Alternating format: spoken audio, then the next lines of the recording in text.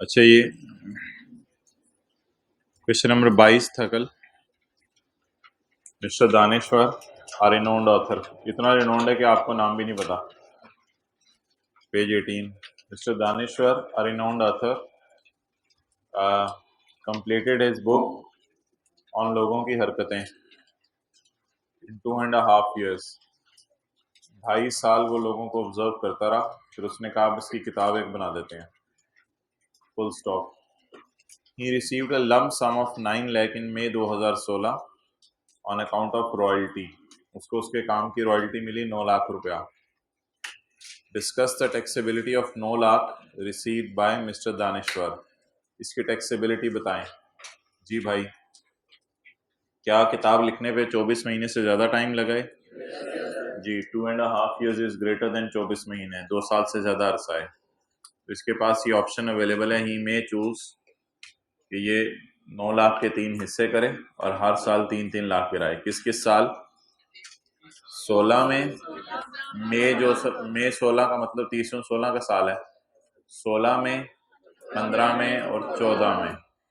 Time पे आया करें, ये हाइब्रिड क्लास वाले भी मर्जी से आ रहे हैं, फिजिकल वाले भी मर्जी से आ रहे हैं, जब दिल चाह रहा है जो आ रहा है। बाकी पहले से बैठे को भी डिस्टर्ब कर रहे हैं। जी, और किसने चेक रखना है क्लास पे? पीछे मुड़ के देख ले, पीछे मुड़ के वैसे देखने लगे थे आप भी। अच्छा, आगे चलें जी। क्वेश्चन नंबर 15 क्या कहते हैं? State the provisions of income tax ordinance 2001 regarding the residential status of AOP. Question 15 कहते हैं एओपी का रेजिडेंशियल स्टेटस कैसे मालूम होगा? जी भाईजान, होली या होली और पाटली? होली और पाटली की बेस पे से। ठीक है, आपके साथ वाला आ गया या उसने आना है अभी? आने, ये लास्ट रो में जगह बना दें, एंड पे हो जाए, टाइम पे आया करें। अच्छा,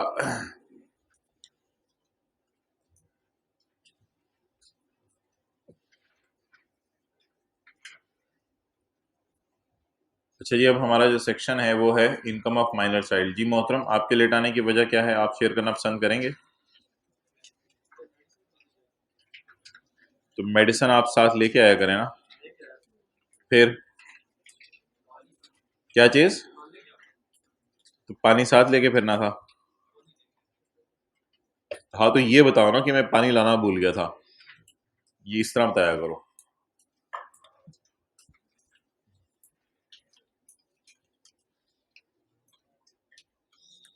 देखने में आप पढ़े लिखे लगते हो, वैसे लेट आते हो।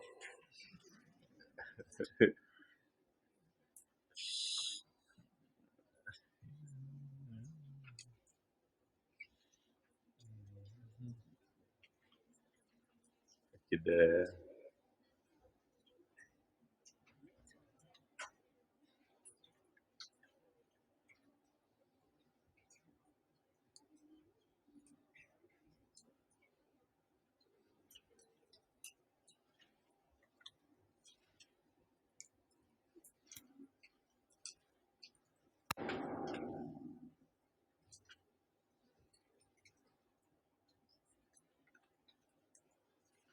अच्छा जी, एक सवाल है आपके सामने। माइनर चाइल्ड एक ऐसा बच्चा होता है जो दुनिया के हादसात से बचा होता है और दुनिया के फितनों से भी बचा होता है। मिस्टर तैमूर है, इसकी उम्र है 13 साल माशाल्लाह। इसकी बिजनेस इनकम है 10 लाख रुपया। तो 13 साल की उम्र में ही इतना कमाना लग गया।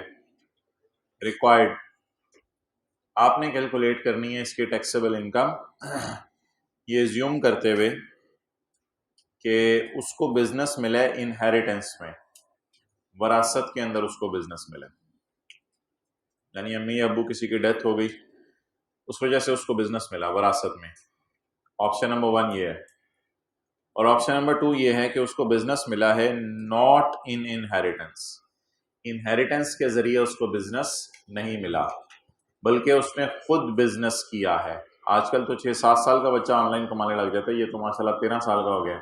17 साल तक तो पूरा सिंध पता हो जाता है, मोहम्मद बिन कासिम की तरह। तो ये तैमूर का तो लेवल है अपना। तो डिपेंड करता है कि तैमूर ने ये बिजनेस इनहेरिटेंस में एक्वायर किया है या खुद दिन रात एक करके बिजनेस किया है। तो बज़ाहिर अब दोनों सूरतों के अंदर हमें जो है वो जवाब देना पड़ेगा, इसका जवाब ही दे देंगे इंशाल्लाह हम। तो जो पहली ऑप्शन है इसमें ये लिखा हुआ है कि business is acquire through inheritance, business मिला है इनहेरिटेंस के जरिए। तो इस सूरत में अब अब्बू या अम्मी जो भी हैं उनमें से अगर कोई चला गया तो बस तैमूर अपनी इनकम पे खुद टैक्स दे दे। तैमूर टेबल खोलें और टेबल खोल के चेयर रखे, सॉरी टेबल 102 खोले और टेबल 102 लगा के उस 10 लाख के ऊपर जो है वो टैक्स दे दे। दूसरी सूरत में तैमूर को इनहेरिटेंस में बिजनेस मिला नहीं, अम्मी या अब्बू मौजूद होंगे, तो ऐसी सूरत में तैमूर ऐसा करे कि अपनी इनकम को अम्मी या अब्बू की इनकम में ऐड करे। अब सवाल यह है कि अम्मी की इनकम में ऐड करे या अब्बू की इनकम में ऐड करे। तो उसमें सवाल अगला ये होगा कि अब्बू का कद ज्यादा है या अम्मी का कद, अब्बू की इनकम ज्यादा है या अम्मी की इनकम ज्यादा है। तो अगर तैमूर ने कमाया फर्ज करें 10 लाख और अम्मी ने कमाया 25 लाख और अब्बू ने कमाया 20 लाख, अम्मी लेडी डॉक्टर है, मुस्कुरा क्यों रहे, अम्मी ने कमाया 25 लाख, अब्बू ने कमाया 20 लाख, तो फिर अब्बू या अम्मी में से हाईएस्ट कौन है? मॉम। मॉम की टैक्सेबल इनकम ज्यादा है, तो फिर तैमूर का 10 लाख मॉम की टैक्सेबल इनकम में ऐड कर दें और मॉम की टैक्सेबल इनकम में ऐड करके अब आप 35 लाख यानी 10 लाख तैमूर का, 25 लाख मॉम का, तो 10 जमा 25 35 लाख के ऊपर अब आप टैक्स जमा करवाएंगे। और इसमें वो रूल जो हमने पढ़ा था वो रूल, इसकी एक्सेप्शन, ये पॉइंट उसकी एक्सेप्शन होगी कि हर इंडिविजुअल ने अलग अलग टैक्स जमा कराना है। माइनर चाइल्ड के केस में इसकी एक्सेप्शन होगी, नोट कर लें।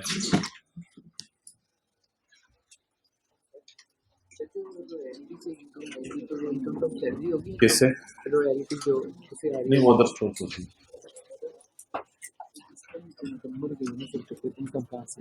नहीं, खुद कमा रहा है ना। इनहेरिटेंस में जो बिजनेस मिला है वो उस बिजनेस, वो दुकान से इनकम हो रही है।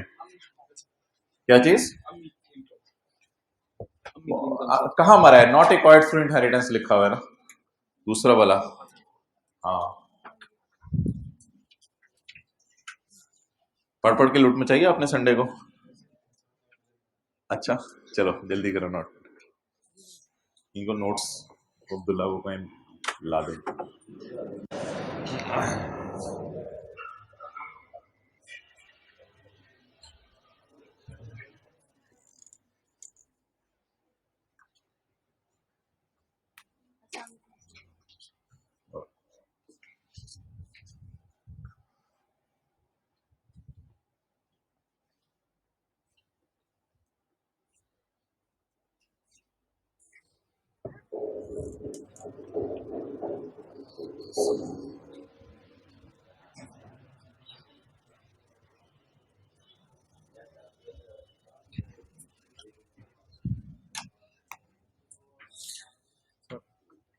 Already noted.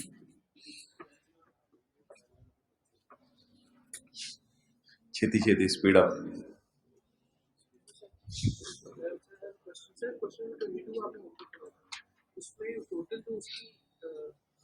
इनकम की वो 900,000 उसको रॉयल्टी, तो सर रॉयल्टी के ऊपर तो उसका टैक्स एप्लीकेबल नहीं होता अगर हम 3 ईयर्स में डिवाइड करते हैं। हाँ, जीरो सही कह रहे हो।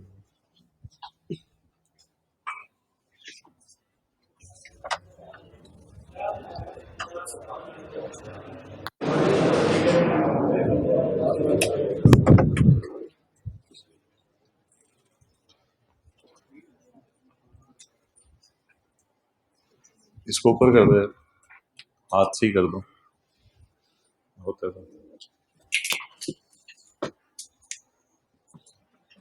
अच्छा जी, अब रूल ये है, बस सिंपल सा याद रख लें, अगर उसको इनहेरिटेंस में बिजनेस मिला है तो शायद लॉ मेकर ये सोच रहा है कि अब पता नहीं अम्मी अब्बू में से कोई बचा भी है या नहीं, तो फिर तो बस वो अपनी इनकम पे खुद ही टैक्स दे। अब वो माइनर भी है तो किसी टैक्स कंसल्टेंट को हायर करे, जो मर्जी करे, जो इतना कमा रहा है उसको फिर पता भी होगा चीजों का। और जो इनहेरिटेंस में जिसको बिजनेस नहीं मिला बल्कि उसने खुद दिन रात एक करके बिजनेस किया है, तो फिर ऐसी सूरत में वो अब्बू या अम्मी में से जो ज्यादा कमा रहे हो उसकी इनकम में ऐड कर दें। अच्छा, अब ये बोंगे बोंगे सवाल खुद ना बनाया करें, अब्बू भी 25 लाख कमा रहे हैं, अम्मी भी 25 लाख कमा रही हैं, तो दोनों में से किसी एक की इनकम में फिर ऐड कर दें। नहीं नहीं, फिर भी दोनों में से हाईएस्ट कौन?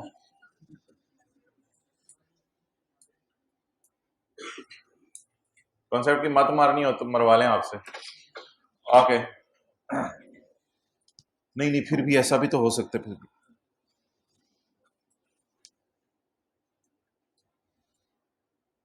टाइम पे आएगा, नहीं इससे क्या फायदा क्लास होगा। अच्छा, इधर आप लोग भी देख लिया करें कौन कौन लेट आया, सारे पीछे मुड़ के रहा करें। इधर दोनों कैमरे ना इधर लगा दो, वो बोले हाथ दो। अब पीछे देखने वाले को ना, चलें देखते हैं क्या करना है। चलें, इनकम ऑफ माइनर चाइल्ड। चलें जी, पढ़ें जी, अल्लाह सबको दे। इनकम ऑफ माइनर चाइल्ड, भाई को मुंह से निकल जाती है बाद में। माइनर चाइल्ड इज अ बच्चा under the age of 18 at the end of tax year. Notes का कह दिए, साल के एंड पर जिसकी उम्र 18 साल से कम है वो क्या है। और अगर 29 जून को वो 19 साल का हो गया तो फिर ऐसी बात नहीं, साल के एंड पे उसकी उम्र कितनी होनी चाहिए, 18 साल से कम। देन ही विल बी कॉल्ड एज मुन्ना सा बच्चा। कोई माइनर चाइल्ड तो नहीं बैठा हुआ क्लास में है। अच्छा जी, income from business of a minor child. चलो अच्छा हो गया, मैसेज आ गया। Income from business of a minor child is taxable in the hands of mom और dad who has the any taxable income, जिनकी ज्यादा टैक्सेबल इनकम है। ये वाला रूल नहीं लगेगा अगर बिजनेस एक्वायर हुआ हो। ये रूल तब नहीं लगेगा जब बिजनेस कब एक्वायर हुआ हो। ये देखें, जब बिजनेस इनहेरिटेंस में एक्वायर हुआ है तो हमने ये रूल नहीं लगाया ना। ये देखें, जब इनहेरिटेंस में एक्वायर हुआ है तो मॉम डैड की बात ही नहीं की। ये इनकम सारी किसकी है, तैमूर की। मॉम डैड के बारे में पूछना ही नहीं।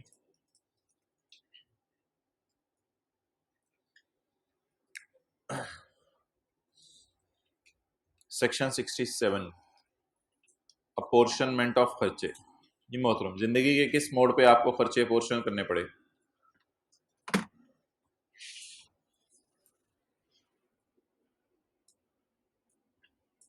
जल्दी मिसाल दे दें, जिंदगी के किस मोड पे आपको खर्चे अपोर्शन करने पड़े।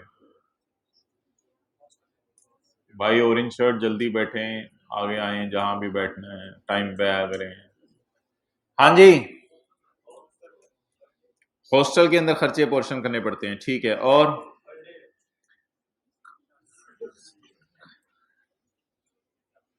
खाना आपने खाया, साथ वाले की प्लेट से टांग की हड्डी निकली, आपकी प्लेट से गर्दन की हड्डी निकली, तो आप अब उस बेस पे पोर्शन करेंगे खाने का बिल कि 400 रुपया तू दे दे, 100 रुपया मैं दे देता हूँ। तो जिंदगी के मुख्तलिफ मोड आते हैं, एक ये इधर बाहर निकल के भी मोड आएगा। तो जिंदगी के मुख्तलिफ मोड आते हैं, उन मोड़ों पे आपको खर्चे क्या करने पड़ते हैं, अपोर्शन करने पड़ते हैं। तू खुरक कर ले। अच्छा जी, section 67, question number 1। Mister Riyaz Chaudhary एक साहब है, चीमा नहीं चौधरी प्लीज, चीमा हुआ तो मैं बताऊंगा। Mister Riyaz Chaudhry is a resident person has disclose the following. उसने ये आपको इंफॉर्मेशन डिस्क्लोज किया है। उसकी ये पाकिस्तान के अंदर एक दुकान है, उसकी सेल है 3 लाख, और पाकिस्तान की दुकान के अंदर उसने मुलाजमीन को तनख्वाहें दी हैं 10,000 रुपया। ये 10,000 रुपया जो उसने पाकिस्तान के अंदर मुलाजमीन को तनख्वाहें दी हैं, ये तनख्वाहें जो है वो प्रोबेबली होंगी, क्या कहते हैं, रशीद और अकरम को, जिनको पाकिस्तान में दुकान पे काम करने के लिए रखा हुआ है। इसके साथ मोहतरम ये कनाडा के अंदर भी इसकी दुकान है, देख रहे हैं आप रियाज का लेवल है, कनाडा के अंदर भी इसकी एक दुकान है। तो वहां पे इसकी सेल है 7 लाख रुपीस, और वहां पे इसने जॉन और माइकल को रखा हुआ है। जॉन चेतिया छोटे, तो जॉन और माइकल को रखा हुआ है और उसको तनख्वाह दे रहे हैं। ये इनको इसने तनख्वाहें दी हैं, जॉन और माइकल को 7,000। इसके अलावा इसने एक इश्तिहार चलाया है, इनका डोना टीवी चैनल, टीवी चैनल के ऊपर इसने इश्तिहार चलाया। आज बड़ा अफसोस हुआ सुबह वाली क्लास में, जब एक बच्चे से मैंने पूछा ये क्या किया, उसने कहा 8 से 12 बजे तक यहाँ पे टाइम में लगाता रहा, फिर उसके बाद पता नहीं इधर से इधर ये किया, फिर 2 बजे से 4 बजे तक जो है वो मैं पढ़ता रहा, और फिर 4 बजे से ऑनवर्ड्स पता नहीं क्या तो 11 बंदे इधर खड़े थे, 11 बंदे इधर खड़े थे, बॉल थी और उसको मार रहे थे, मैं खेल देख रहा था। अब इतना टाइम वेला आप लोगों के पास निकल आता है कि वो बॉल है, उसको इधर से कोई मार रहा है, उधर से मार रहा है, आप खड़े हो, यार हद हो गई। तो हालात आगरा का तो पता ही नहीं होता सीए वाले को चल क्या रहे हैं आजकल। पेपर आना जनरल नॉलेज का, टाइम कहाँ से निकाल लेते हैं आप? मैं सीरियसली बताऊं, अगर जिंदगी में कभी मुझे मिल जाए ना 6 घंटे इस तरह वेले में, हैरान हो जाऊं यार, 6 घंटे वेले मिल गए। मैं सर को जाने का टाइम नहीं होता बंदे के पास। कोई घंटा डेढ़ बस खेल लिया करें दिन में, और क्या करना है आपने? ये कि लोग खेल रहे हैं आप देख रहे हैं, वो वेले लोग, वो खुद कह रहे हैं हम खेल रहे हैं, और खुद कह रहे हैं ये खेल है, और आप कह रहे हैं चलो यार ठीक है तुम भी खेल कह रहे हो। जो उनकी नजर में खेल है वो आपकी नजर में टाइम। और आप सेक्रीफाइस क्या कर रहे हैं? आप कंपनी की डेफिनेशन याद करना सेक्रीफाइस कर रहे हैं, आप एओपी की डेफिनेशन याद करना सेक्रीफाइस कर रहे हैं, आप जो है पास पेपर को लिख के करना सेक्रीफाइस कर रहे हैं। कितने बड़ी बड़ी कुर्बानी करके जिस चीज को लोग खेल कह रहे हैं आप उसको दें। क्लास के बाद मिलिएगा। अच्छा जी, तो एडवर्टाइजमेंट एक्सपेंडिचर इनकर्ड ऑन, भजन आपको दिन रात लगाने पड़ेंगे सीए में, आपको मिड नाइट पे ऑयल बर्न करना पड़ेगा, वरना ऐसे नहीं काम होना। ये जो जज्बा है ना अंदर का, इसको आप जगा लें। बहुत अरसा हो गया सोते हुए। मैट्रिक में नहीं इस तरह होता था जज्बा, इस मैट्रिक में घर वाले कहते थे बेटा मैट्रिक कर लो आगे मजे हैं, वो वाला जज्बा अपने अंदर किसी तरह पैदा कर लें। ये बस इंशाल्लाह ये पेपर निकाल ले इस सफा वाले, आगे मजे हैं। तो आप, तो advertisement expenditure is incurred on a TV channel seen on both places. एक एडवर्टाइजमेंट चली है जो दोनों मुल्क, इस क्लास में किसी के पास नोट्स ना हो हाथ खड़ा करें, ठीक है। एडवर्टाइज कहाँ है नोट्स, किधर है, क्या है? अच्छा चलो advertisement expenditure incurred on a TV channel seen on both places. Advertisement expenditure जो है वो किया गया है, एक इश्तिहार चलाया गया जो दोनों मुल्कों के अंदर देखा गया है। अब आप मुझे बता दें, ये 5,000 के खर्चे के बारे में पता चल रहा है कि इसको हमने कैसे माइनस करना है। पहले मुझे बताएं येलो और स्काई ब्लू में फर्क क्या है? वो येलो है, ये स्काई ब्लू है। येलो जो है वो बता रहा है कि आपके पास पैसे आ रहे हैं, जिसको आप कहते हैं पाया, और स्काई ब्लू बता रहे हैं आपके पास से पैसे जा रहे हैं, जिसे आप कहते हैं खोया। अच्छा, इस खोए में और नीचे वाले खोए में क्या फर्क है? सैलरीज के बारे में वाज़ेह पता चल रहा है कि किस दुकान के लिए कितनी सैलरीज की, लेकिन इसके बारे में उसने लिखा है ये 5,000 जो खर्चा हुआ है ये बोथ प्लेसेस पे इश्तिहार देखा गया है। अब पता नहीं किस इश्तिहार देखने की वजह से पाकिस्तान में लोग आए हों, किसकी वजह से कनाडा में लोग आए हों। अब अगर मैं इनका प्रॉफिट कैलकुलेट करने की साइड पे जाऊं कि मैं ये देखना चाहता हूं कि इन्होंने प्रॉफिट कितना कमाया, तो व्हाट आई विल डू, उसके लिए मैं क्या करूं?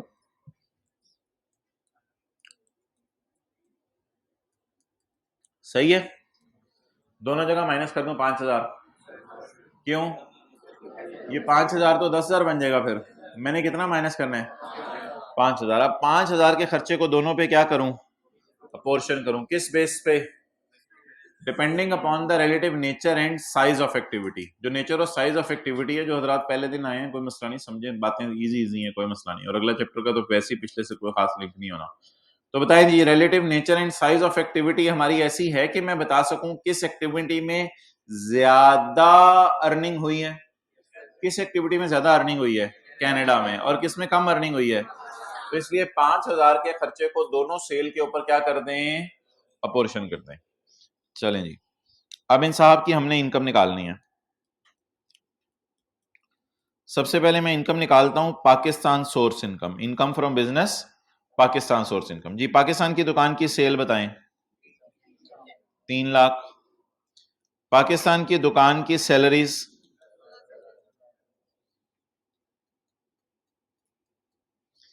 अच्छा जी, पाकिस्तान की दुकान के लिए आपने कोई ना कोई एडवर्टाइजमेंट का खर्चा किया होगा।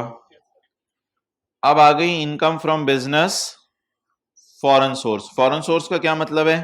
जो बाहर के मुल्क के अंदर आपने कमाई। Income from business foreign source. जी मोहतरम।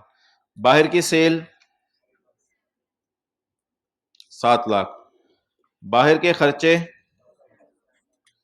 बाहर के खर्चों में पहला खर्चा सैलरीज, कितना जी? 7,000। अब पीछे का बच गया एडवर्टाइजमेंट। अब एडवर्टाइजमेंट को हमने क्या करना है? दोनों हेड्स के अंदर अपोर्शन करना है। पकड़ा जी किसको? 5,000 को। 5,000 को डिवाइड किससे करें? 3 लाख और 7 लाख से, और मल्टीप्लाई किससे करें? 3 लाख से। इससे 5,000 का वो टूटा हुआ हिस्सा आ जाएगा जो पाकिस्तान की सेल से रिलेट करता है। फिर दोबारा 5,000 को पकड़ें और 5,000 को पकड़ के डिवाइड करें 3 लाख और 7 लाख से, और मल्टीप्लाई किससे कर दें? हाँ, मल्टीप्लाई 7 लाख से कर दें।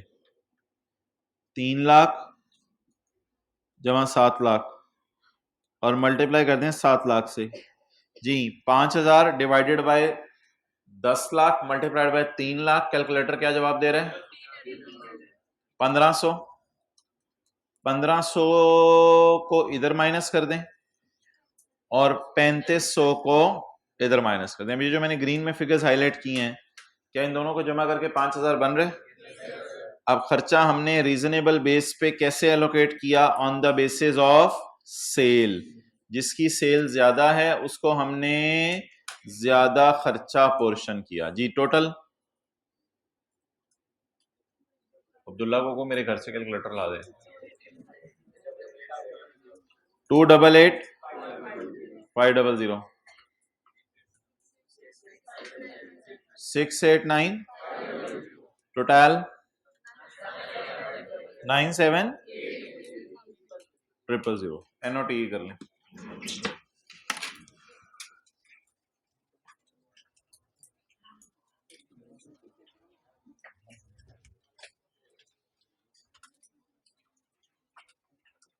एडवर्टाइजमेंट के खर्चे को हमने दोनों पे पोर्शन कर दिया। तो क्या करें? कनाडा के टिकट कराएं फिर।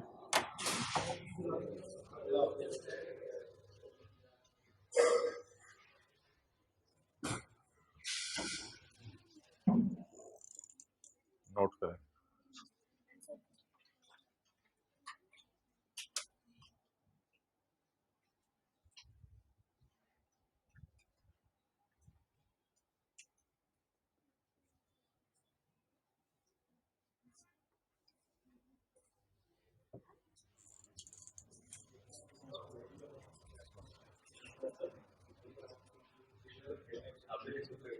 F2 में ना स्टैंडर्ड लाने हैं, बच्चों को याद कराने। हाँ,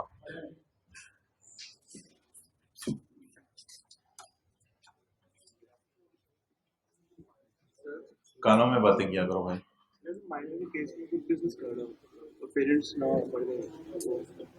बस फिर खुद ही अपनी इनकम। अच्छा वो जिस ईयर की क्लास में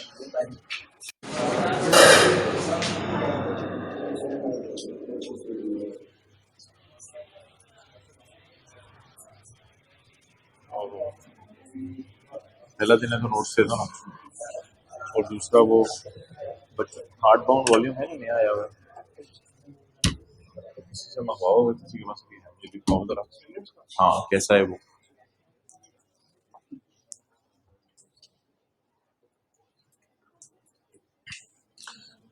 फिगर्स को इधर करके लिखा करो।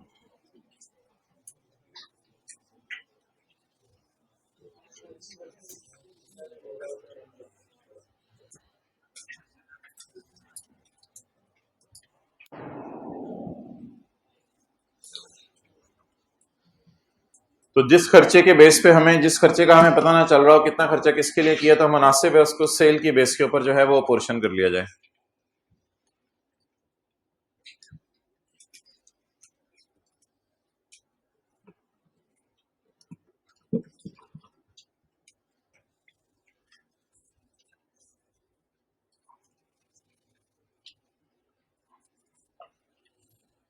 चलें जी,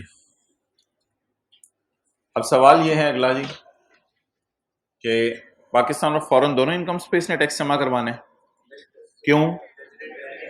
क्योंकि रेजिडेंट है। जो रेजिडेंट होता है उसने पाकिस्तान वाली इनकम पे भी टैक्स जमा करवाना है और फॉरेन इनकम पे भी टैक्स जमा करवाना है।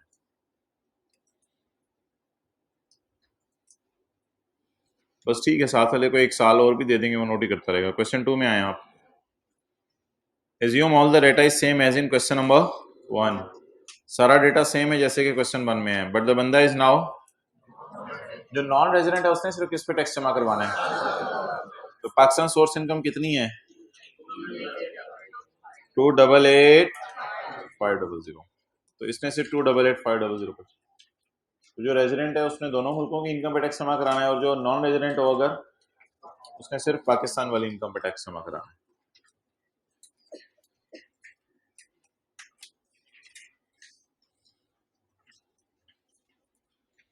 अच्छा जी,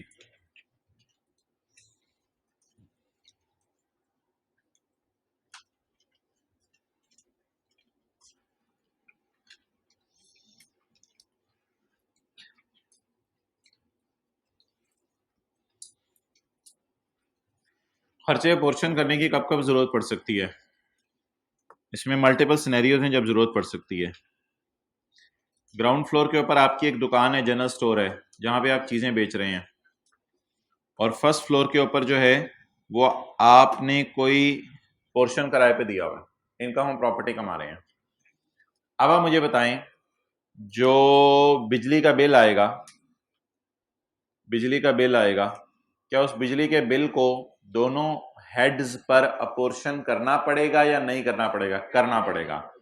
हो सकता है दुकान के ऊपर लाइटें ज्यादा चल रही हों, ज्यादा एसी चल रहे हों, ज्यादा इस्तेमाल हो रहे हों, और जो आपने घर किराए पे दिया हुआ तो किराएदार इतनी ज्यादा बिजली इस्तेमाल ना कर रहा हो, तो ऐसी सूरत में जो बिजली का बिल आएगा उसको दोनों पे क्या करना पड़ेगा? अपोर्शन करना पड़ेगा। इसी तरह कोई स्वीपर आपने रखा हुआ है सफाई करने के लिए, सफाया करने के लिए, तो वो जो स्वीपर है उसको जो आप तनख्वाह दे रहे होंगे वो भी दोनों हेड्स पे क्या करनी पड़ेगी? अपोर्शन करनी पड़ेगी।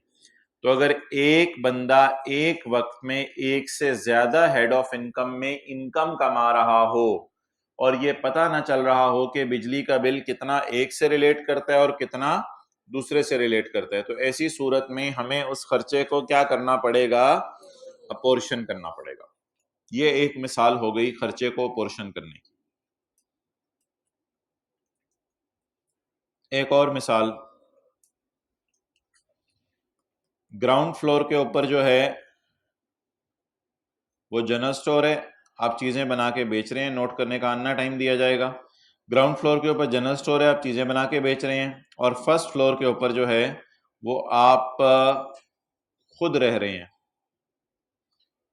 यूर सेल्फ, बीवी बच्चों के साथ, होम स्वीट होम। तो ग्राउंड फ्लोर के ऊपर जो है वो आपका कारोबार है, और फर्स्ट फ्लोर के ऊपर आपका घर है। अब आप इस घर के अंदर जो है वो रह रहे हैं, तो जो बिजली का बिल आएगा, क्या उस बिजली के बिल को अपोर्शन करना पड़ेगा या अब अपोर्शन करने की जरूरत नहीं है? अपोर्शन करना पड़ेगा। 4 लाख रुपए अगर बिजली का बिल आया, तो हो सकता है आप अपोर्शन करने के बाद इस नतीजे पे पहुंचे कि घर के अंदर आपने ऑर्डर पास किए हो कि सिर्फ एसी चलेगा रात को सोने वक्त। दिन के अंदर कोई बच्चा एसी चलाता हुआ पाया गया तो बच्चे को छितर पड़ेंगे। तो दुकान में तो कस्टमर आ जा रहे हैं, इसलिए आपकी मजबूरी है 24/7 शायद आप एसी चलाते हो। तो 4 लाख रुपए अगर बिजली का बिल आया, तो शायद अपोर्शन करके आप इस नतीजे पे पहुंचे कि 3 लाख रुपया जो है वो दुकान से रिलेट करे, और 1 लाख रुपया जो है बिजली का बिल किससे रिलेट करे? घर से रिलेट करे।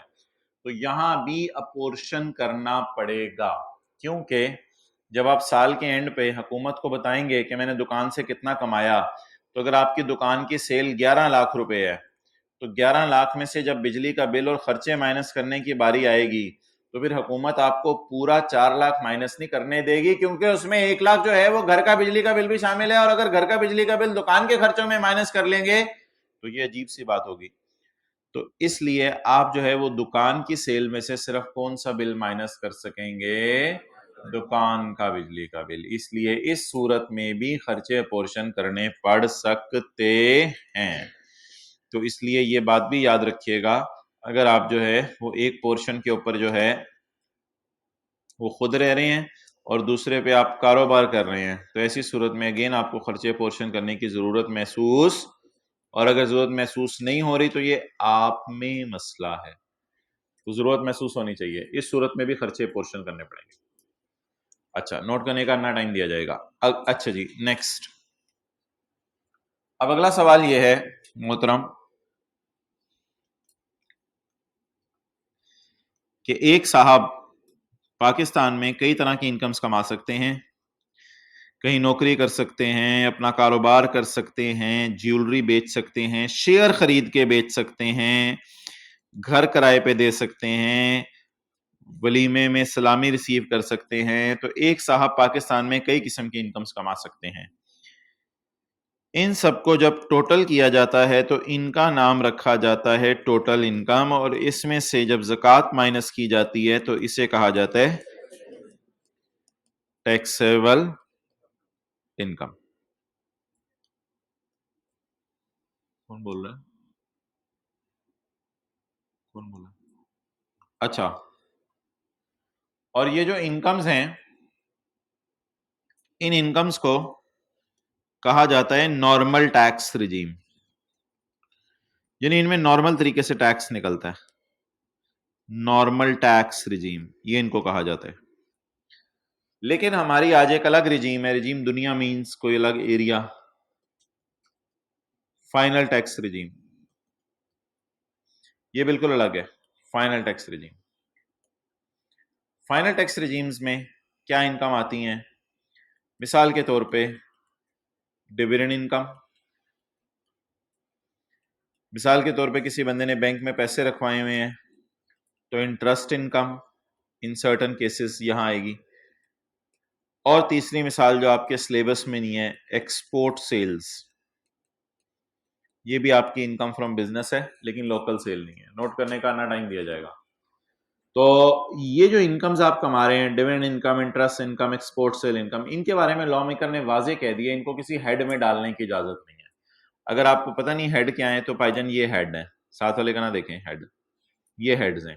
तो ये किसी हेड में डालने की इजाजत नहीं है, इसलिए कि इन इनकम्स का अलग नाम रख दिया गया है फाइनल टैक्स रिजीम। तो एक्सपोर्ट सेल जो है वो है तो बिजनेस ही, लेकिन इस वाले बिजनेस में फॉल नहीं करेगी, इसके लिए अलग रेट अवेलेबल है लॉ में।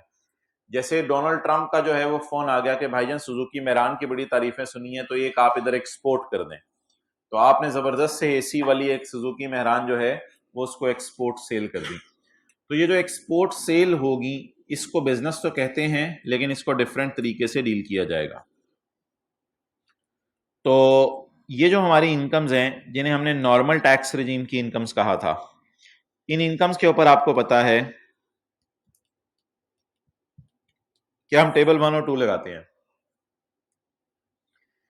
इनके लिए थोड़े डिफरेंट रेट्स हैं,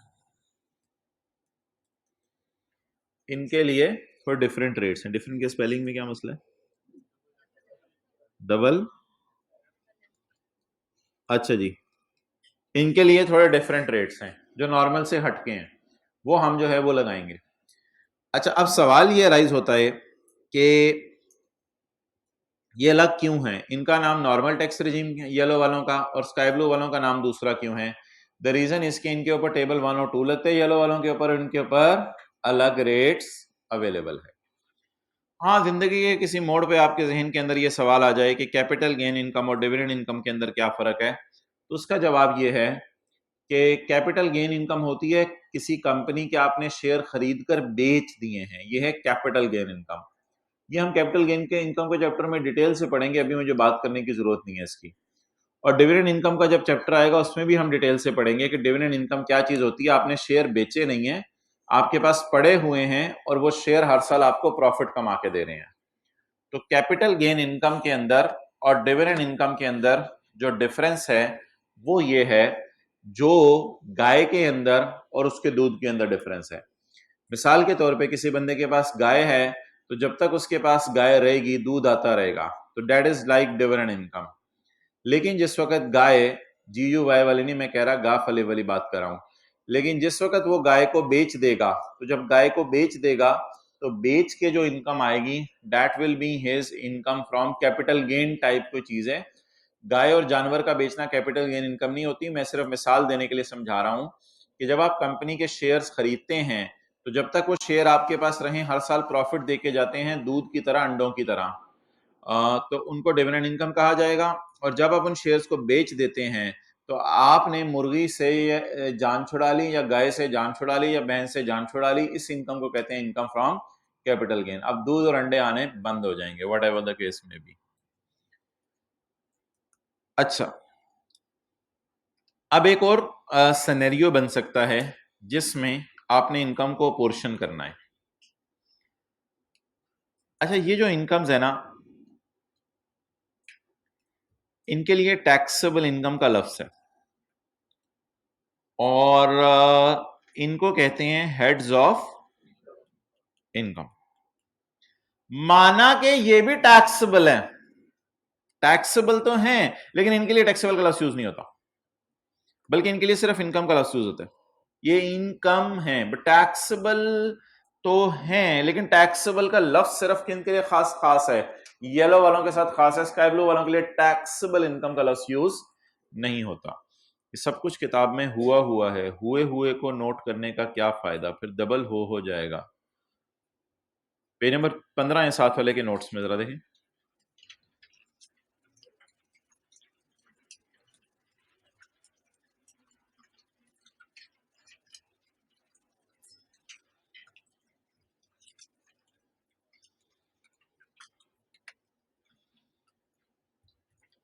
इनकम्स, इनकम्स में नॉर्मल टैक्स रेजीम की इनकम्स भी हैं और फाइनल टैक्स रेजीम की इनकम्स भी हैं। ये लफ्ज पे भी मैं फोकस नहीं कर रहा, ग्रॉस इनकम और नेट इनकम।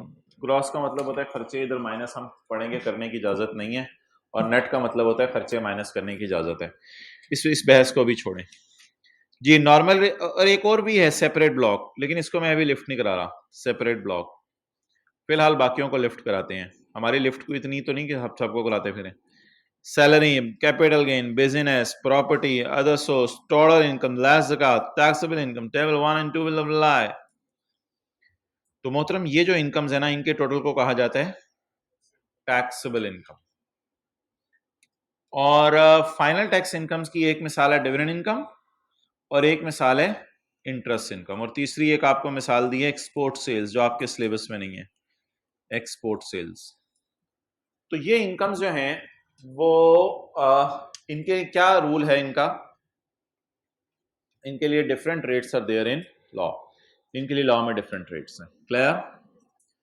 तो ये जो है ना, ये इसे कहते हैं नॉर्मल टैक्स की दुनिया।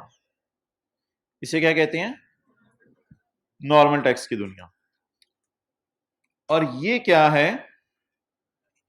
फाइनल टैक्स की दुनिया। वो नॉर्मल टैक्स की दुनिया है, और ये फाइनल टैक्स की दुनिया में जो इनकम्स आएंगी उनमें दो खासियतें हैं। एक तो इनको किसी हेड ऑफ इनकम में नहीं गिराना, और दूसरा इनके ऊपर जब टैक्स देना है तो इनकी इनकम का नाम इनकम ही रखना है, इनको टैक्सेबल इनकम का लफ्ज नहीं कहना। बल्कि टैक्सेबल इनकम का लफ्ज सिर्फ खास है किन इनकम्स के लिए? नॉर्मल टैक्स रिजीम के इनकम्स के लिए। ओके, सुन रहे थे आप? काफी देर से बात हो रही थी कुछ। अच्छा, अब मोहतरम एक आखिरी सिनेरियो है, वो ये है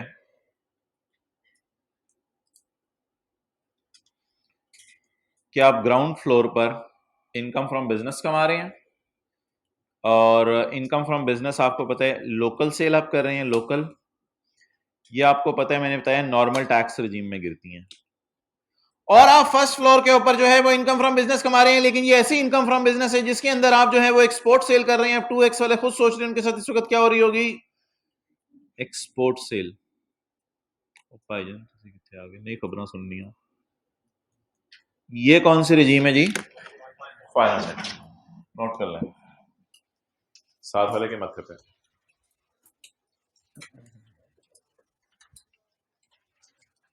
ये वो वापस आए ना उधर जो सेक्शन हमारा चल रहा है अपोर्शनमेंट और डिडक्शंस का, इसी सफे पे तो नहीं शुरू हो गए? वापस आए उस सफे पे, वापस आ जाओ ना भाई जिथे थी। पेज नंबर कौन सा था? हाँ जी, तो शरीफ ले आए।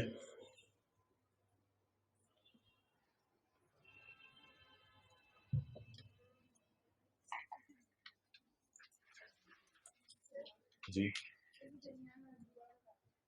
ठीक है, ठीक है।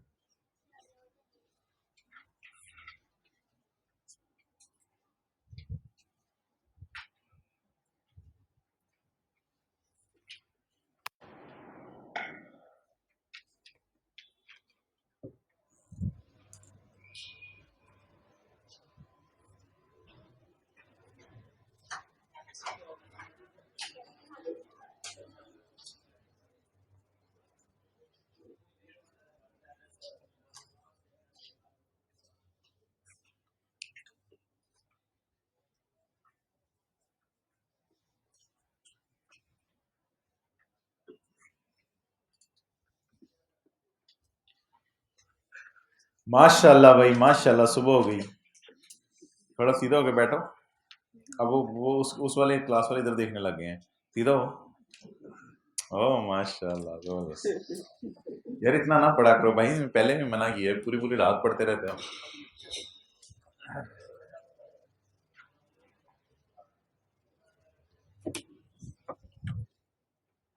देख रहे थे ना तुम, देख रहे थे पीछे, सब नजर आ रहा होता।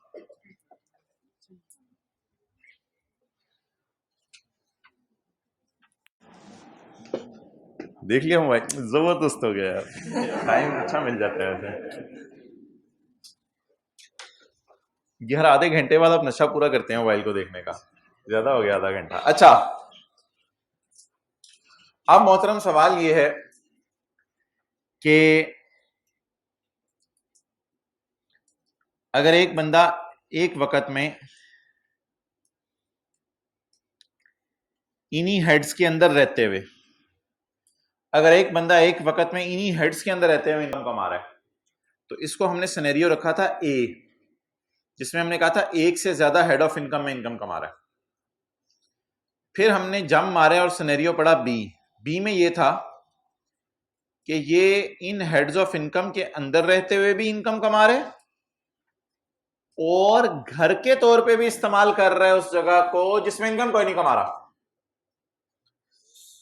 और तीसरा सिनेरियो जो दरमियान में हमने पढ़ा आखिर में, वो ये पढ़ा कि एक बंदा किसी हेड ऑफ इनकम के अंदर रहते हुए भी इनकम कमा रहा, जैसे इनकम फ्रॉम बिजनेस में लोकल सेल कर रहा, और वो बंदा फाइनल रेजीम वाली इनकम्स भी कमा रहा है। तो अगर एक बंदा दोनों किस्म की इनकम्स कमा रहा हो, नॉर्मल रेजीम वाली भी, फाइनल रेजीम वाली भी, यानी कि लोकल सेल भी कर रहा है गाड़ियों की और बाहर के मुल्क में भी सेल कर रहा है, तो भी बिजली का बिल आएगा, तो दोनों पे क्या करना पड़ेगा?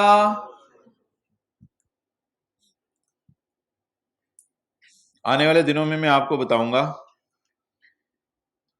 हर बात ही आने वाले दिनों में, कुछ आज भी बता दें, सारी बातों में आने वाले दिनों में बोल रहे होते हैं।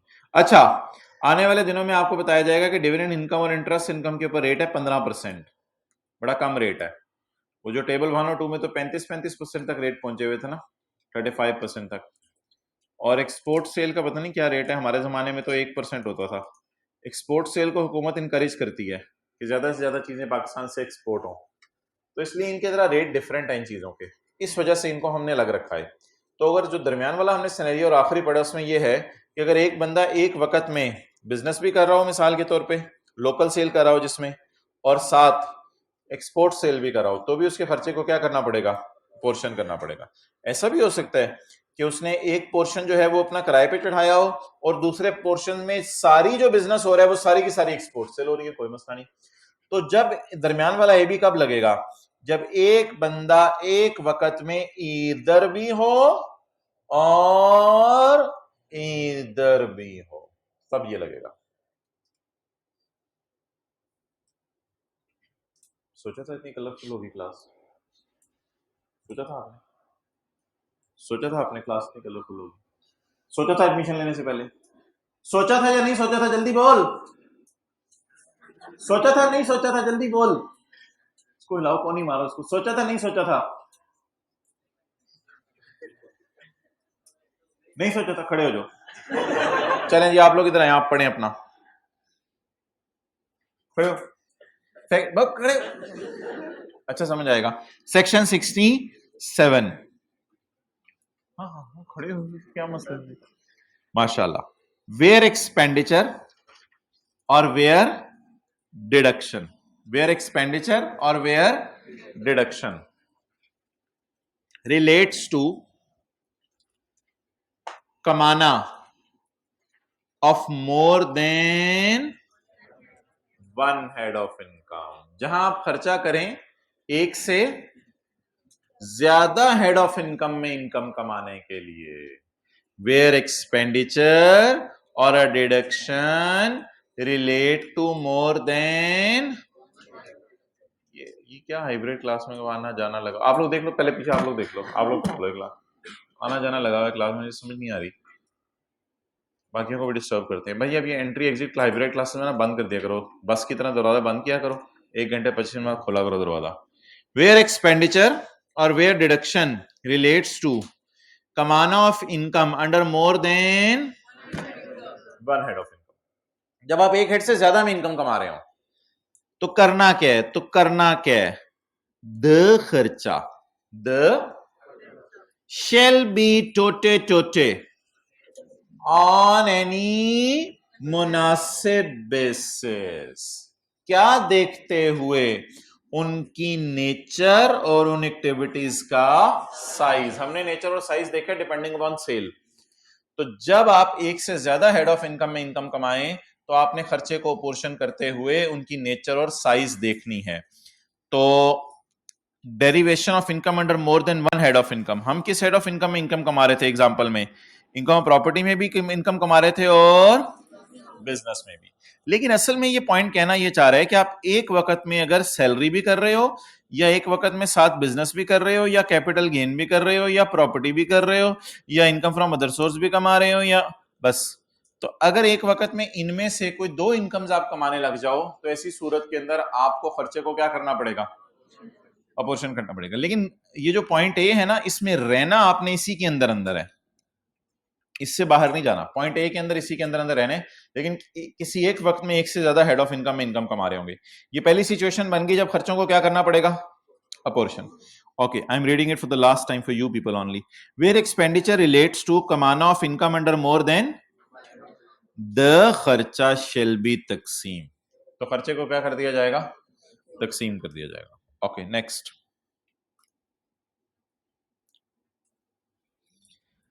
वेयर एक्सपेंडिचर और डिडक्शन, अलाउंस के लफ्ज को भी छोड़ दें, अलाउंस का लफ्ज फिर बिजनेस के चैप्टर में जरा डिटेल से देखना है। वेयर एक्सपेंडिचर और डिडक्शन रिलेट्स टू कमाना of a income chargeable to tax under a head of income. भाईजान हेड ऑफ इनकम यही है, ये वाले, जहां आप खर्चे कर रहे हैं किसी हेड ऑफ इनकम के अंदर रहते हुए, and for some other purpose. For some other purpose की हमने मिसाल ली थी, नहीं घर नहीं, होम स्वीट होम। तो आप एक ही वक्त में इनकम भी कमा रहे हैं किसी हेड ऑफ इनकम में, और साथ आप घर के अंदर भी वो बिजली इस्तेमाल कर रहे हैं। तो वो बिजली नहीं, वो तो बिजला है, फिर उस बिजले को दोनों में क्या करें, अपोर्शन करें। अब करना क्या है, करना क्या है, द खर्चा, सॉफ्टली बोलें, द खर्चा शैल बी टोटे टोटे ऑन एनी मुनासिब बेसिस, देखते हुए उन एक्टिविटीज की नेचर और उन एक्टिविटीज का साइज। और आखिरी सिनेरियो, वेयर खर्चा रिलेट्स टू कमाना ऑफ इनकम, दो इनकम्स कमा रहे हैं क्योंकि अब इनकम का लफ्ज है और आगे ये दो नुक्ते लगे हुए हैं। कमाना of income comprising of taxable income, taxable income का लफ्ज खास है नॉर्मल टैक्स रिजीम वालों के लिए।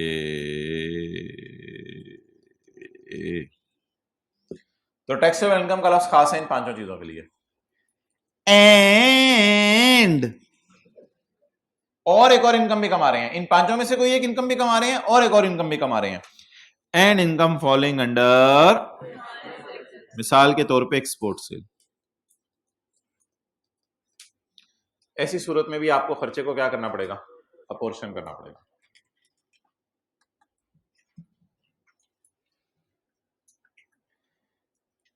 तो ये 3 पॉइंट्स हैं।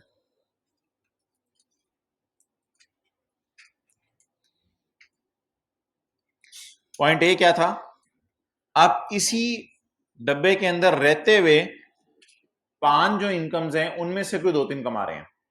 पॉइंट ए ये था। पॉइंट बी ये था, पॉइंट बी, ए बी नहीं, दरमियान वाला नहीं, एंड वाला। पॉइंट बी ये था कि आप इसी डब्बे के अंदर रहते हुए किसी एक हेड में भी इनकम कमा रहे हैं और आप अपने घर के लिए भी खर्चा कर रहे हैं। और पॉइंट ए बी ये था कि आप एक वक्त में इन 5 हेड्स में से भी इनकम कमा रहे हैं और आप फाइनल टैक्स वाली इनकम भी कमा रहे हैं। तो इन 3 शर्तों में क्या करना पड़ेगा, खर्चे को अपोर्शन करना पड़ेगा। तो इधर हेड ऑफ इनकम से क्या मुराद है,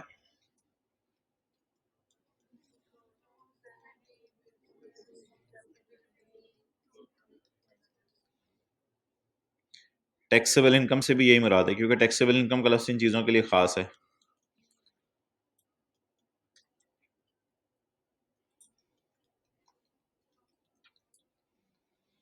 और फाइनल टैक्स रिजीम स्पोर्ट से, ये जो है ना derivation of income chargeable under आया हेड ऑफ इनकम, इससे मुराद भी वही है।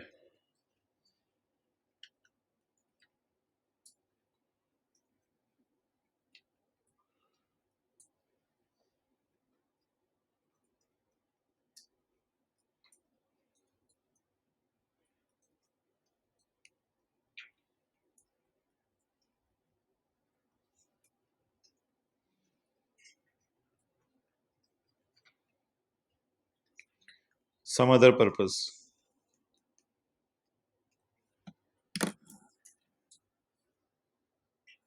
तो head of income, head of income और टैक्सेबल इनकम, ये दोनों अल्फाज जो हैं वो सेम है और ये उनके लिए यूज होंगे। बॉटल को, तो ये उनके लिए यूज होंगे जो 5 हेड्स हैं उनके लिए। करना क्या है, the expenditure shall be apportion on any reasonable base considering the nature and size of activity.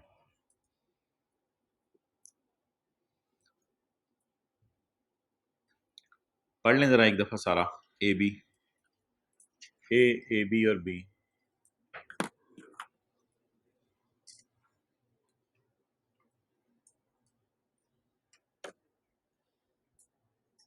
अच्छा, इसके पढ़ने का ये तरीका होता है कि पहले आप ऊपर वाली ब्रेड पढ़ेंगे, फिर ये आप दरमियान वाला कबाब पढ़ेंगे और फिर नीचे वाली ब्रेड का पीस पढ़ेंगे। और जब आप दूसरी दफ़ा पढ़ेंगे फिर ये ऊपर वाली ब्रेड दोबारा पढ़ेंगे, फिर ये दरमियान वाले टमाटर पढ़ेंगे और फिर एंड वाला ब्रेड का पीस दोबारा पढ़ेंगे। और फिर जब आप आखिरी दफ़ा पढ़ेंगे तो आखिरी दफ़ा पढ़ने के अंदर जो है आप अगेन ऊपर वाला ब्रेड का पीस भी लेंगे, इधर से आप केचप पकड़ेंगे और एंड के ऊपर जो है वो ब्रेड का पीस दोबारा लेंगे। तो सैंडविच बना के पढ़ना है ताकि दोपहर के खाने का टाइम भी बच जाए, वो भी पढ़ाई की नजर हो जाए।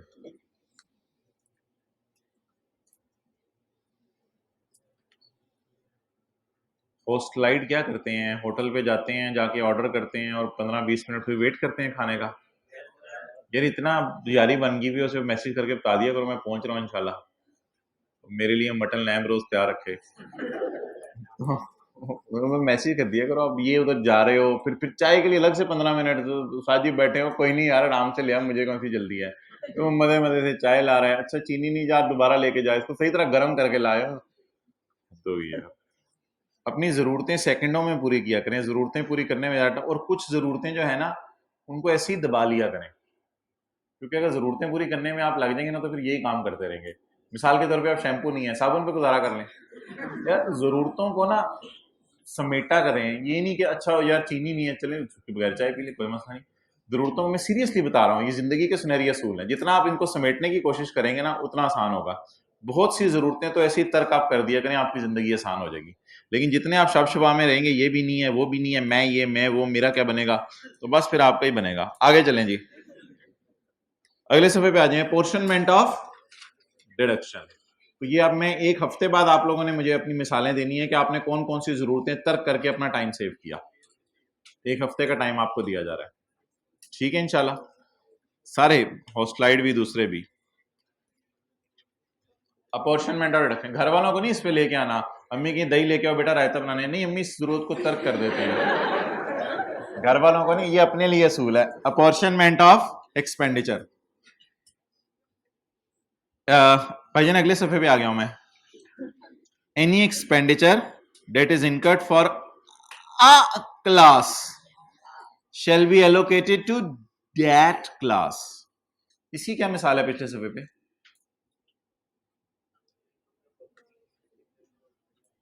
नहीं, any expenditure that is incurred for a class shall be allocated to that class। भाईजान सैलरी देखें पिछले सफे पे, क्या पता चल रहा है पाकिस्तान की दुकान की कितनी सैलरी है? क्या पता चल रहा है कनाडा की दुकान की अलग से कितनी सैलरी है? जो जिस दुकान का खर्चा है उसको वही माइनस करें, ये मतलब है इस बात का। जैसे कि पिछले सफे पे हमने पढ़ा सैलरी, पाकिस्तान की शॉप की अलग आ रही थी और कनाडा की शॉप की जो मुलाजमीन को तनख्वाह दे रहे हैं, पता चल रहा है कनाडा की कितनी है, पाकिस्तान की कितनी है। इसी तरह एक जो है वो यूनिवर्सिटी का, हमारा एक कैंपस लाहौर में है, दूसरा कैंपस कराची में है, तो जो सिक्योरिटी गार्ड कराची में है मेमन, उनकी तनख्वाह पता होगी, और जो सिक्योरिटी गार्ड इधर है लाहौर में, उनकी तनख्वाह अलग से पता होगी, तो पता चल जाएगा कौन सी तनख्वाह किसकी है, कितनी है। एनी खर्चा that is incurred for a class shall be allocated to that class. Any common खर्चा, कॉमन खर्चा कौन सा है? एनी कॉमन खर्चा, एडवर्टाइजमेंट, हम बोल लेना एडवर्टाइजमेंट। ये 5000 जो है ना कॉमन खर्चा था,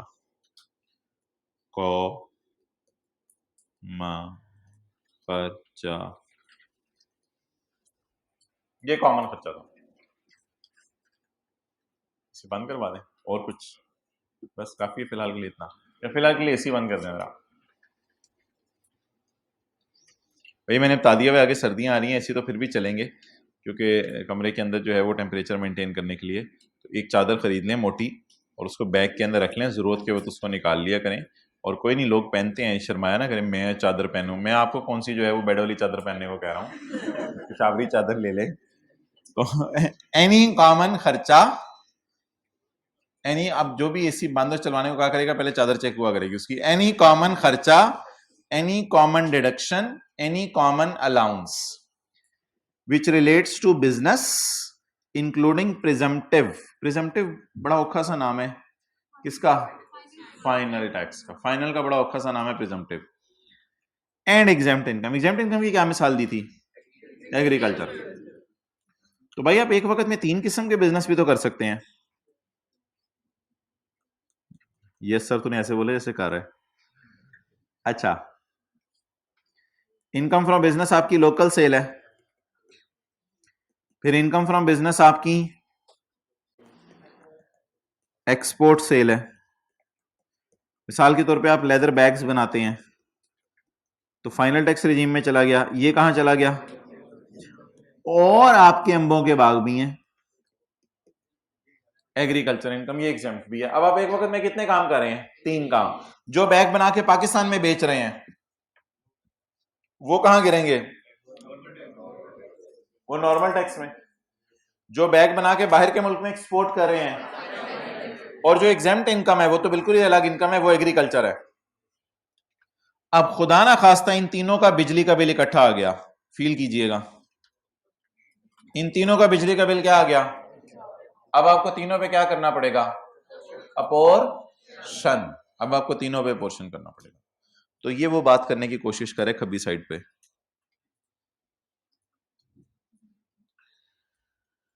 हाँ हाँ, पढ़े जी। Which relates to business. Business कौन से हो सकते हैं? एक तो नॉर्मल बिजनेस आपका हो सकता है, इंक्लूडिंग फाइनल वाला बिजनेस भी हो सकता है, और including shall be allocated to each class of income according to।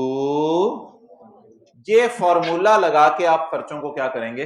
Apportion करेंगे। किस खर्चे को, असल मेन बात यह है,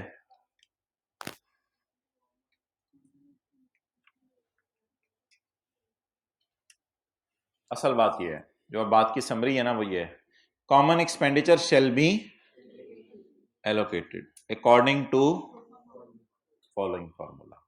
कॉमन एक्सपेंड, वो तो बीच में उसने ऐसी बात कर दी, बिजनेस भी होते हैं लोगों के, एग्जेम्प्ट इनकम भी होती है लोगों की, एक्सपोर्ट सेल भी होती है लोगों की, बीच में तो वो ऐसी बात कर दी। असल कहना चाह रहे कॉमन खर्चों को क्या करना है? एलोकेट करना है। किस फॉर्मूले की बेस पे? नीचे वाला फॉर्मूले की बेस पे। ये फॉर्मूला तो हम लगा चुके हैं। पाकिस्तान सोर्स इनकम का खर्चा आपने कैसे निकाला था? खर्चा कितना था? 5,000 डिवाइडेड बाय 3 लाख और 7 लाख और मल्टीप्लाइड बाय, ये फॉर्मूला है जो हमने थोड़ी देर पहले लगाया है। फॉर्मूला क्या है? फॉर्मूला पढ़ें। अमाउंट ऑफ खर्चा कितना? अमाउंट ऑफ खर्चा कितना? 5,000 divided by gross receipt. Gross receipt का भी मैं मतलब बताऊंगा, सेल होता है। Gross receipt for all class of incomes.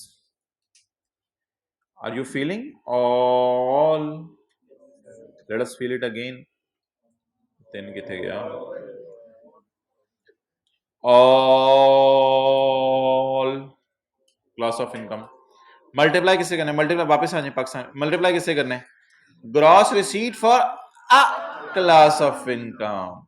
Feel करें ये 3 लाख के साथ ये अ है, और फील करें 3 लाख और 7 लाख के साथ ये ऑल है। चलें, तो खर्चे को पकड़ने, डिवाइड करने ऑल से और मल्टीप्लाई करना है अ से। एक फिगर बाहर आएगी, डेट विल बी द खर्चा to be allocated to Pakistan source income. वो कितना निकला था? 1500। ग्रॉस रिसीट किस बला का नाम है? ग्रॉस रिसीट भाईजान सेल को कहते हैं। ग्रॉस रिसीट किसे कहते हैं? सेल को। Gross receipt are receipts without deduction of, खर्चे माइनस नहीं हुए होते। ग्रॉस रिसीट तक पहुंचते हुए क्या माइनस नहीं हुए होते? खर्चे माइनस नहीं हुए होते। कॉलेज वालों के लिए ग्रॉस रिसीट क्या है? जो आप फीस जमा करवा रहे हैं। आपने जाके किसी डॉक्टर को आंखें दिखाई,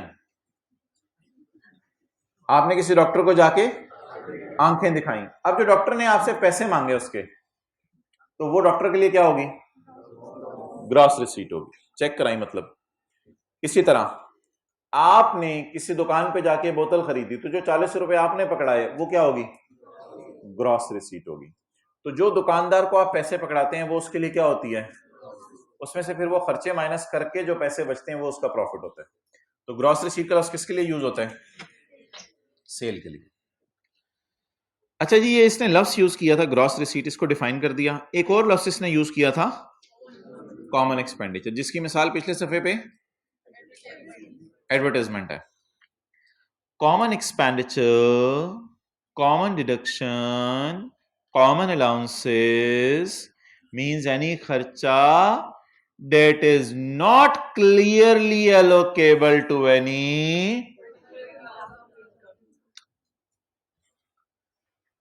पता चल रहा है ये 5,000, 10,000 और 7,000 की तरह क्लियर है। 10,000 तो क्लियर है ना पाकिस्तान की दुकान के, 7,000 भी क्लियर है पाकिस्तान की दुकान के, 5,000 क्लियरली पता चल रहा है कि ये कितना क्लियर है। ठीक है, तो इसलिए 5,000 को फिर क्या करें? अपोर्शन करें। इसलिए इस 5,000 का नाम क्या है? Common expenditure. Common expenditure, common deduction, common allowance means any खर्चा that is not clearly मालूमेबल allocable to any class of income। जी जी बिल्कुल, थ्योरेटिकल टेस्टिंग भी होगी, न्यूमेरिकल टेस्टिंग भी होगी। जो चीज भी आपको थ्योरी में पढ़ाई जा रही है सारी आपने याद करनी है, और कैसे याद करनी है, मनोवन याद करनी है। अच्छा जी,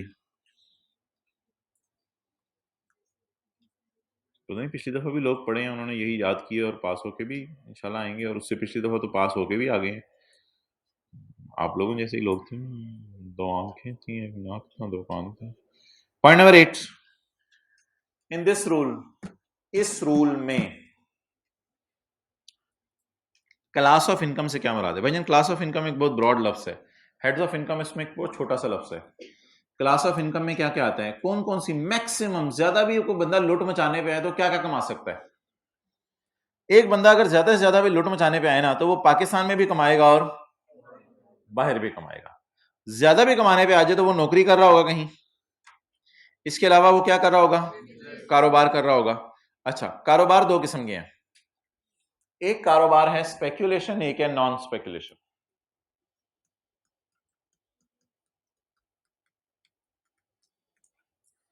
income from speculation business. Speculation कारोबार क्या है जी? स्पेकुलेशन का कारोबार हम बिजनेस के चैप्टर के अंदर पढ़ेंगे, वो एक बड़ा डिफरेंट किस्म का कारोबार है, उसकी एक डेफिनेशन दी होगी, तो इसलिए अभी इसके ऊपर हमें जाने की जरूरत नहीं। तकरीबन 40 से 45 मिनट हमें लगेंगे इस डेफिनेशन को समझने में। वो जो भी बिजनेस होगा स्पेकुलेशन, उसके अलावा वाले बिजनेस क्या समझेंगे हम? और आपने जब से पैदा हुए हैं तब से लेके आज तक, और जब इस दुनिया से चले जाने तब तक, आपकी नजर से नॉन स्पेकुलेशन बिजनेस ही गुजर रहे हैं। जितनी दुकानें हैं, जितने कॉलेज हैं, जितने हॉस्पिटल हैं, जितना कुछ खुला हुआ है आपकी आंखों के सामने, जितनी फैक्ट्री हैं, जितने बड़े बड़े शोरूम हैं, ये सारे नॉन स्पेकुलेशन बिजनेस हैं। स्पेकुलेशन बिजनेस कोई अलग से बिजनेस है, इसके लिए अलग से क्लास होगी। अच्छा जी, पॉइंट डी, एक बंदा ज्यादा भी कमाने पे आ जाए तो कैपिटल गेन इनकम कमा रहा होगा, अदर सोर्स कमा रहा होगा, income from class of income के अंदर ये सारे तो हो गए हेड्स ऑफ इनकम। अब हेड्स ऑफ इनकम 6 हैं, salary, business speculation, business non speculation, capital gain, other source और प्रॉपर्टी। तो क्लास ऑफ इनकम एक ब्रॉड लफ्ज है, हेड ऑफ इनकम उसके अंदर एक छोटा लफ्ज है। अब क्लासेस ऑफ इनकम में एक और भी आ जाती हैं, इनकम्स एग्जेम्प्ट फ्रॉम टैक्स, जैसे एग्रीकल्चर। इनकम चार्जेबल है सेपरेट ब्लॉक, नीचे एक जगह हमने लिखा हुआ देखा था सेपरेट ब्लॉक, लेकिन मैंने उसकी मिसाल नहीं दी थी, तो इसकी मिसाल अभी रहने दें। और income following under final tax, dividend income, export cell, बला बला बला बला। तो ये जी फाइनल टैक्स रिजीम की इनकम, इन सबको क्या कहा जाता है? Class of income. और इसी के लिए ऊपर उसने लफ्ज यूज किया था प्रिजम्पटिव का, आई, और इसी के लिए उसने ऊपर एग्जाम्प्ट इनकम का लफ्ज यूज किया था, रेपिटेशन थी देखें, ऊपर उसने लफ्ज यूज किया था प्रिजम्पटिव का और एग्जाम्प्ट इनकम का।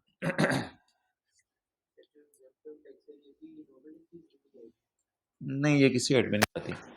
पढ़ें जी, while allocating expenses the nature and source of each class must be, खर्चे अपोर्शन करते हुए हर क्लास की नेचर और सोर्स पता होनी चाहिए।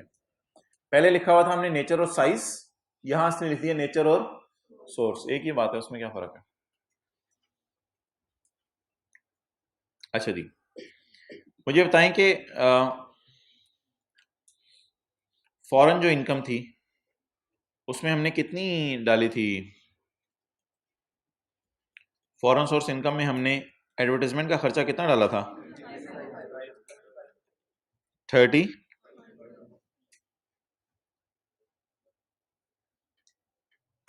ये वाला 3500, ये वाला 3500 ना, ये हमने किस इनकम में डाला था? फॉरेन सोर्स इनकम में हमने ये वाला 3500 डाला था। क्लियर?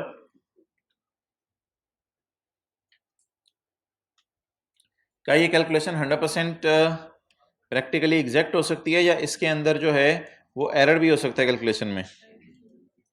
अगर इंसान करेंगे तो इसमें एरर भी हो सकता है।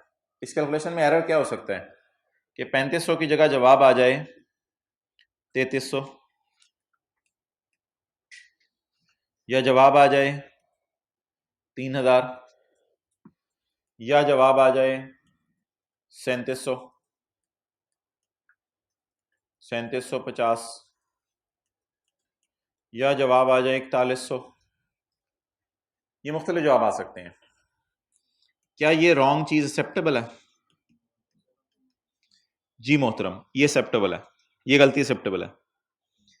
ये गलती नहीं एक्सेप्टेबल, ये एक्सेप्टेबल है, ये नहीं एक्सेप्टेबल। अब रूल क्या है जी? रूल ये है कि इंसानों ने कैलकुलेशन करनी है तो वेरिएशन एक्सेप्टेबल है, प्लस या माइनस 10% तक वेरिएशन एक्सेप्टेबल है, कोई मसला नहीं। अगर कैलकुलेशन में थोड़ी बहुत एरर हो गई तो एफबीआर वाले आपको पनिश नहीं करेंगे। 10% का क्या मतलब है? कैलकुलेटर पकड़े बगैर 3500 का, छोड़ दो ना पकड़े बगैर, 3500 का 10% 350, 350 तक की गलती क्या है? एक्सेप्टेबल है। 350 तक की गलती क्या है? अभी तो 7-8 में पड़ी। 350 तक की गलती क्या है? एक्सेप्टेबल है। 350 तक की गलती एक्सेप्टेबल है। 3300 और 3500 में कितना डिफरेंट है? 200। इसका मतलब है 200 की गलती छोटी मोटी है, तो इसलिए ये एक्सेप्टेबल है। अच्छा, 3500 का 10% क्या है? 350। इन दोनों फिगर्स में कितना फर्क है? 500 का। तो अच्छी खासी गलती हो गई है, तो ये गलती एक्सेप्टेबल नहीं है। ठीक है। इसी तरह अम्मी आपको कहें 10 किलो दूध आप 11 किलो ले आए, ये तो एक्सेप्टेबल है। अम्मी आपको कहें 10 किलो दूध आप 21 किलो उठा के ले आए, चल चपेड़ा मारो, पूरा ड्राम उठा के ले आए। तो 3500 का 10% 350, इन दोनों में डिफरेंस 250। ये गलती क्या है? एक्सेप्टेबल है। 3500 का 10% 350, इन दोनों में डिफरेंस 600, तो ये गलती एक्सेप्टेबल नहीं है, नोट। तो जो एक्सेप्टेबल नहीं होगी वो पनिशेबल होगी।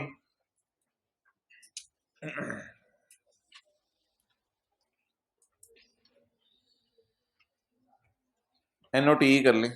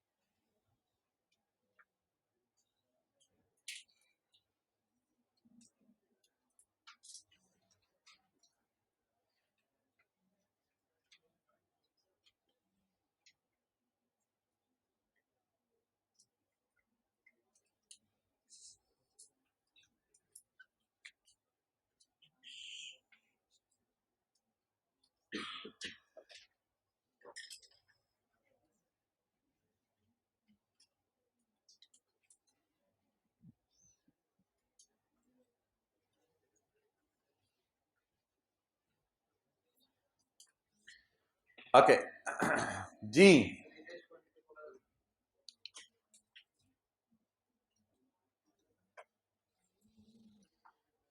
Point H separate block income क्या कहा है भाई? मैंने क्या कहा है? बाद में बताएंगे। चलें जी, पढ़ें भाई आखिरी para. The basis for allocation, वो जो हमने एलोकेशन की है उसकी basis. The basis for allocation of खर्चे, deductions and allowances should be certified by a, ये इनका कौन सर्टिफिकेट बना के देगा? यानी आप ये कैलकुलेशन करेंगे और कैलकुलेशन करने के बाद सीए क्या बना के देगा? सर्टिफिकेट बना के देगा। इस कैलकुलेशन के बाद सीए क्या बना के देगा? सर्टिफिकेट। ये जो सर्टिफिकेट होगा जो सीए बना के देगा, ये डेथ सर्टिफिकेट है? नहीं, ये के कैलकुलेशन का सर्टिफिकेट है कि कैलकुलेशन सही हुई है या गलत हुई है। सीए ज्यादा पैसे मांग रहा है तो कॉस्ट एंड मैनेजमेंट अकाउंटेंट से बनवा ले, वो शायद कम फीस में आपको कर देगा। Full stop. दिस सर्टिफिकेट, बातें होगी, this certificate shall be accepted by commissioner. Commissioner इस सर्टिफिकेट को गले लगाएगा। कौन बोल रहे हैं? बोले तो चुप करें सारे, ये बोलो। This certificate shall be accompanied, this will be certified by, accepted by commissioner. Commissioner इसको क्या कर लेगा? एक्सेप्ट कर लेगा। कमिश्नर कहेगा कोई मसला नहीं, अनलेस देयर इज अन्नी वेरिएशन। अगर अन्नी वेरिएशन हुई, बहुत ज्यादा वेरिएशन हुई, तो फिर इस सर्टिफिकेट को एक्सेप्ट नहीं किया जाएगा। अन्य वेरिएशन से क्या मुराद है? 10% प्लस हो या 10% माइनस हो, ये एक्सेप्टेबल नहीं है। सजा क्या मिलेगी वो यहां पे जिक्र नहीं किया गया, तो फिलहाल हमने बस जुर्म पढ़ लिया है कि 10% प्लस माइनस अगर एलोकेशन से ऊपर हो गया तो दैट इज पनिशेबल। ठीक है, कोई मसला नहीं, थोड़ा बहुत चलता है वो कह रहे हैं। अच्छा जी, मैंने लैपटॉप बंद किया। What you people are trying to do? Be guys, please. अच्छा,